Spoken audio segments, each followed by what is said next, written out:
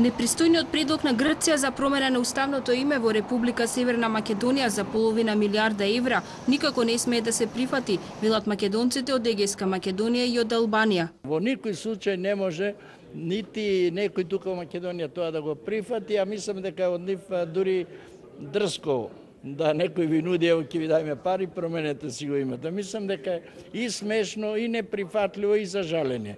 Лично и во име на сите македонци во Албанија не се согласувам, не признавам никаква промена на името, на идентитето, на се што е македонско и по македонско. Представници на децата бегалци од Егејска Македонија имаат и свој контрапредлог за Грција. Предложиме тие да се викат Јужна Македонија. Ние ќе бидеме Северна Македонија и тоа да биде од нас од тука. Ние имаме посебен интерес за зачувување на македонскиот идентитет во егејскиот дел на Македонија, оценуваат од заедницата на етничките македонци протирани од Грција. Македонскиот идентитет во егејскиот дел на Македонија е загрозен. Гледаме дека се случува и со овој дел на Македонија, кај што Грција сака да го нема, да не постои како Македонија.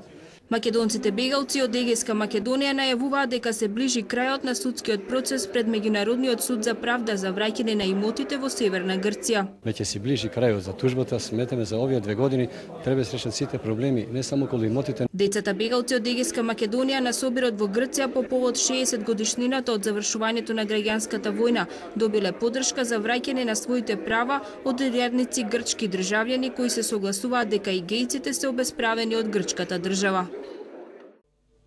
До Меѓународниот суд во Страсбур, македонците од Егејска Македонија ќе достават повеќе од 10.000 тужби за враќање на нивните имоти. Се надеваат и на задоволување на останатите права, како што се конечно решавање на проблемите со визниот режим, враќање во местата од каде што потекнуваат. Се бара адвокатска куќа една од Европската заедница, се бара адвокатска куќа од Страсбург и една од Грција, кои што ќе ги застапуваат нашите интереси. Секако дека имаме и наш адвокат од Република Македонија, кој што ќе биде во постојан контакт со тие адвокатски куќи. Задоволувањето на нивните права не го поврзуваат со евентуалните компромиси околу уставното име на Македонија. Како непристојни ги оценуваат некои од најавите според кои Грција е подготвена да понуди половина милиарда евра за промена на името во Република Северна Македонија. Ваквите веќе предлози и компромиси стана банални и досадни кај луѓето, конкретни патриоти и македонци, и од кога веќе народ се изјаснил, си ја кажал желбата, мислам дека не смееме да прифатиме никакво друго име, без разлика од кој каде, од кој како доаѓа, и вакви компромиси веќе мислам дека нема потреба, бидејќи нашето име е Република Македонија, вековно име, со историја, со јазик, со култура и така натаму. Од своите права не отстапуваат ни македонците од Албанија. Незадоволни се од како што велат нивното делумно признавање како малцинство, бидејќи овој статус го имаат само 5000 македонци во делот на регионот кај Корча. За останатите кои живеат кај Голо брдо, во Драч или Тирана, не е предвидена графа која би го содржала нивниот национален идентитет.